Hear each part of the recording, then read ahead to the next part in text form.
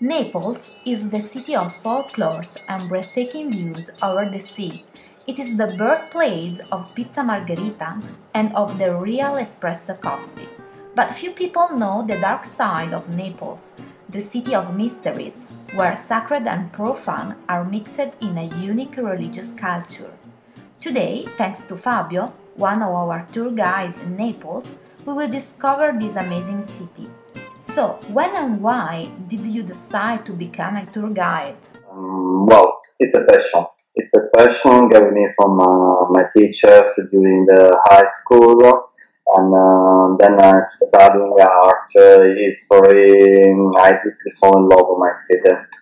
Started to study tourism as a hobby, so I thought, why don't combine this with my job? Why don't do something interesting, something new, something of helpful? Had to pass an exam to be a licensed guide.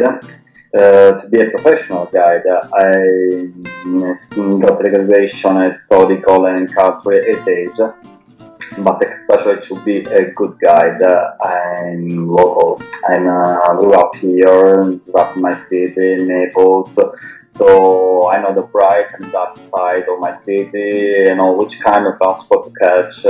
I know people. This is very important.